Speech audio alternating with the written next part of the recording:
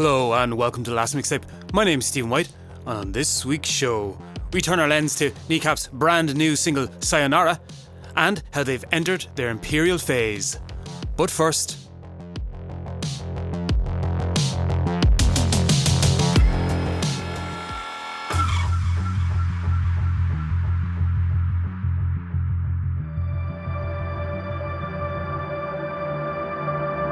all those kind of upper middle class people and the media outlets as well, they have a lot to lose, you know, from people talking as openly as we're talking about this stuff.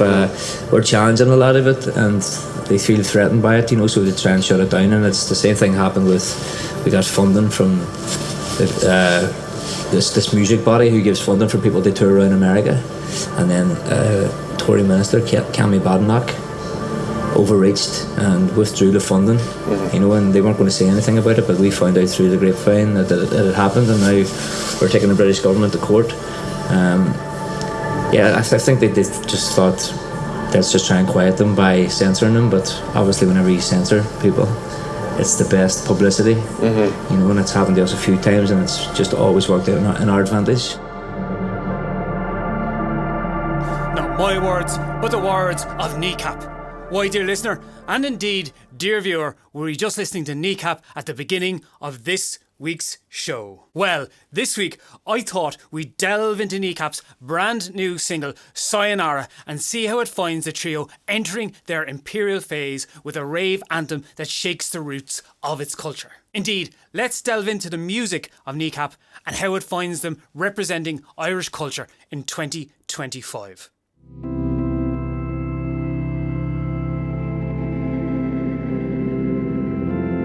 The Imperial Phase, that rarefied air where the stars align when the art, the audience and the moment are all moving in the same direction. Originating from Pet Shop Boys' Neil Tennant, looking back on the kind of run that most artists will never touch, it's not defined by chart positions or platinum records. Instead, it's about inevitability.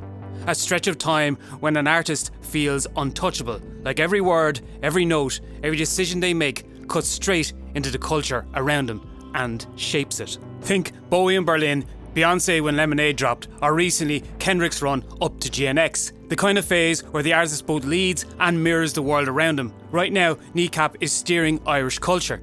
In just a few years, they've gone from three Gaeilgeoir lads rapping about drugs and politics in Belfast to one of the sharpest, loudest voices coming from the island on the edge of Europe. They've been removed from festivals, censored off platforms, attacked for refusing to play nice. But they remain loud, furious and undeniable. Their music is a Molotov cocktail thrown in to disrupt and dislodge mainstream culture dominated by online arguing and apathy. They're not the most commercial Irish act in the world, but they've become the act that matters most.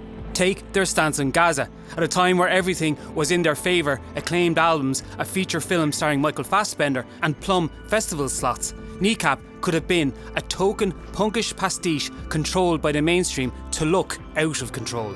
Instead, in the face of death and genocide, they used that very platform to call out the hypocrisy, the cowardice, the fascism and the culpability of the British government and the world around them. Shows were pulled, opportunities threatened, reputations smeared, trial dates set. But a punishment backfired. Instead of silencing them, it made their defiance louder, their presence harder to ignore. They became a symbol of what it means to stand firm when everyone else is bending. A mirror for a generation ready to stand for something instead of falling for everything. That defiance hit its peak at Glastonbury. A line in the sand, a moment in music history where art became vital again. For a band like this, Imperial doesn't mean untouchable, it means unshakable. Now, with their brand new single Sayōnara, produced with Orbital's Paul Hartnell, it's the sound of Irish rap breaking into the bloodstream of rave culture. Relentless drums built from festival fields and midnight basements. It's euphoric, chaotic, designed to move bodies and unsettled powers at the same time. But even at its most euphoric, the politics never leave. The single artwork demands free Mo Chara, a reminder that this high point arrives under the shadow of the upcoming trial. Kneecap's peak doesn't exist in a vacuum, it exists in defiance. The video made the point even sharper. Jamie Lee O'Donnell plays an office worker, trapped in fluorescent monotony and beset by dreams of a world outside and nightlife yet unlived. Directed by Finn Keenan, it's a portrait of escapism, the ordinary slipping into something wild, liberating and almost transcendental as a truth flashes in from the underground. They take the everyday drudgery of Irish life, the politics, the struggles, the language, and they explode it into colour, into sound, into something you can't ignore. That's what makes this their Imperial Phase. Not the sales, not the streams, but the way their music has become a shorthand for defiance, for resistance, for Irishness itself, and for a generation beset by all.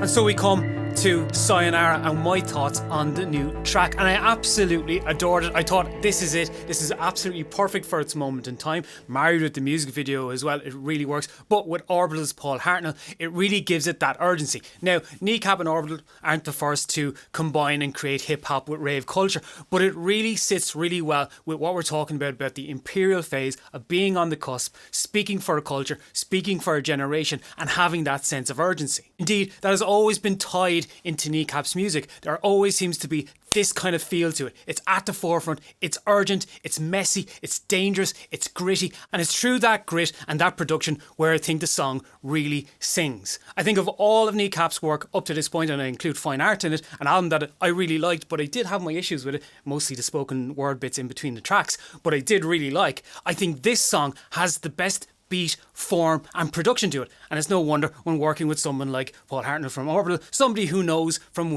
electronic music and stuff like that. I think as well, this is where their vocals and their rap really sits in so well and melds with the sound and melds with the beat. It becomes a form. It almost becomes a part of the rhythms, a part of the sounds, a part of the electronica that bustles underneath it, melding really well into that rave culture. And as I say, it's not the first time anyone's married rave and hip hop together, but it works so well, and it totally fits in with what Kneecap are trying to do. And this all marries in with the Imperial Phase that I was talking about. Indeed, there are many artists at this moment in time that could be described as that, especially coming out of Ireland. CMAT just had a #1 album here in Ireland, #2 I believe in the UK as well, and we have the Fontaines and Lankham and Irish acts like that.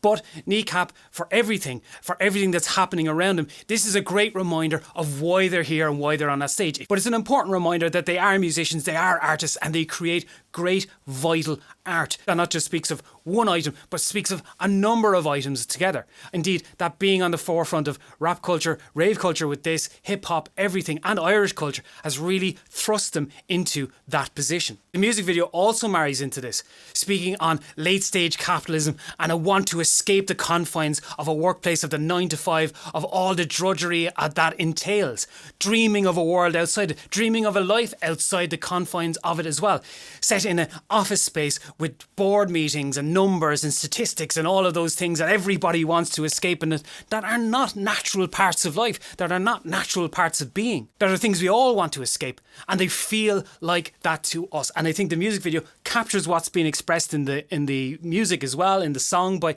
Kneecap, and the two meld really well together. It's always been said that Kneecap are a band that have always married the visual with the musical and with the interview side of things, so they are very much a well-rounded act in those terms. Melding that with that sense of Irishness, using their voice, using the Irish language, melding it into the music as well, really finds that urgency. It's that defiance, and as I say, that kind of need or that want to kind of express Irishness as something other, as something of itself, in and of itself, from this island, has always meant that Kneecap have had a special relationship with the idea of Irishness, especially modern Irishness, as it is being redefined in the last decade or so by new acts coming out. As we said in the last video, we were talking about CMAT and Eurocountry, that generation just below the generation I was in, just redefining and working through all the trauma of now, basically, of how hard life is to live in 2025. So Kneecap encapsulate that. I think that's what thrusts them into that imperial position and into that Imperial Phase. I think there's a whole generation of people, including mine, who want to listen to this, who want for this to be expressed, and they are at the forefront of that. What they're doing, the moves they are making, the sounds they are making, the movie they made, everything like that speaks of that culture. I believe in an interview they were talking about how the movie had kind of compelled people or made people think about taking up the Irish language again, of learning the Irish language. Even people my age, I have to say my Irish language is incredibly bad, but I was taught it, but I never really engaged with it in the same way. And how heartening it is to see people doing so in 2025. Kneecap, wanted it or not, they were thrust into this position. Through their defiance, through their need to speak their mind and speak on issues like Palestine, like Gaza, issues in Northern Ireland, just social life, working class conditions, all of those things. They're feeling that they would not be, as I say, become a pastiche-ish, kind of punkish, like, look at these kind of rebels, let's put them into the mainstream where we can control that rebellion and we can control that sense of self. They've always pushed against those walls and not played nice. They've shown that they have put themselves into that position and were willing to do so and willing to use that position in order to speak on matters that are important to them. Going forward, it does put Irishness in a different frame. As we were saying, acts like CMAT, Fontaines, Lankham and all of them have also used their platform to do the same thing, and much like them, Kneecap have been thrust forward. Out of all of those acts though, Kneecap have broken down boundaries of recognition that the others may not have done. Been spoken about in Westminster and political podcasts. Those types of things have garnered them attention. And it means that their moves and their music now will get a wider audience. And it will, by definition, say something about Irishness and say something about Irish culture. Through their notoriety, it is a statement on modern Ireland. And I think they use it so well. In this song as well, speaking, as I say, about late-stage capitalism and things like that, they use their platform to talk to their generation. Not about them, not above them, not around them. They didn't fall into the trap that we were talking about a couple of weeks ago with Bono and U2 of falling into just talking to everyone around the people you're talking about, but they talk directly to and for their generation. You can see that, and I can see that in a very small way, resonating with people outside Ireland who themselves want to engage in Irish culture, take in Irish culture, be a part of it, or maybe they are from the diaspora and it speaks to them and their experience too. But it speaks to cultures outside of that, to generations of their same age living in different countries, but under the same circumstances. Capitalism is invasive and it is everywhere. And those feelings expressed in this track and the rave culture and all that can be easily transposed to a number of different cultures and a number of different countries. Whether they like it or not, Kneecap are very much at the forefront of this, and they are a mirror to Irish culture to the outside. And with Sayōnara, they have continued to do so and continued to use that platform in the most positive and brilliant and artistic way.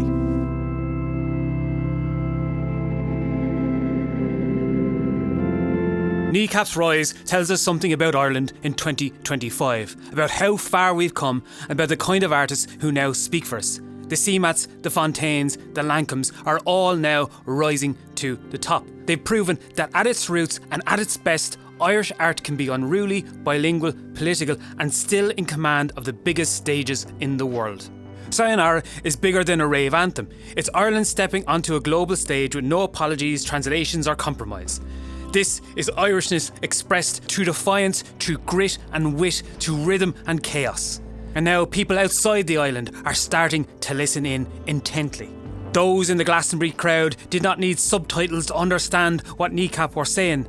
The point carried itself. That matters because culture has always been Ireland's loudest export. Our literature, theatre and music have carried our voices across oceans of centuries and oceans of time. But Kneecap remind us that the story isn't finished. Irish culture isn't about just looking back, it's about the present, it's about the messiness of politics, about language's resistance, and that art refuses to sit quietly in the corner. A call itself to the generation right now that is refusing to do the same. Which brings us back to the idea of the Imperial Phase. When an artist becomes the inevitable, when their work crystallises something larger than themselves. In the comments to a lot of our videos on Kneecap, there have been many people from outside of Ireland who share the same experience, the same thoughts and the same feelings.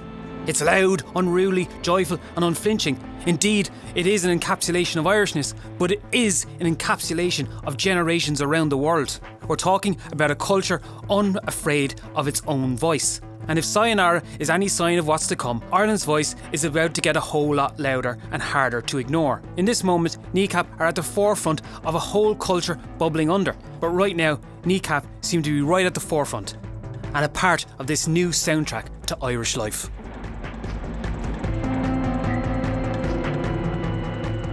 And so it goes, and there it went.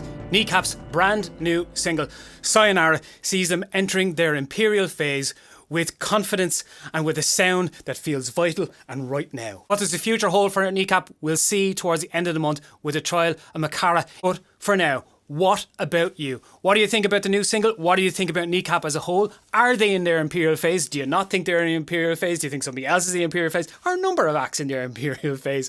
Who do you think are those acts? What do you think of Sayōnara as a song, as a music video? Let me know in the comments below.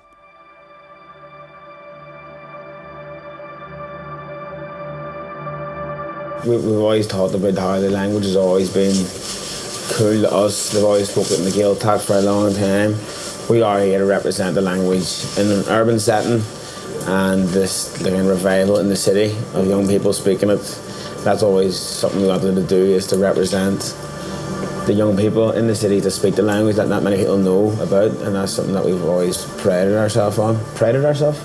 Yeah, second language.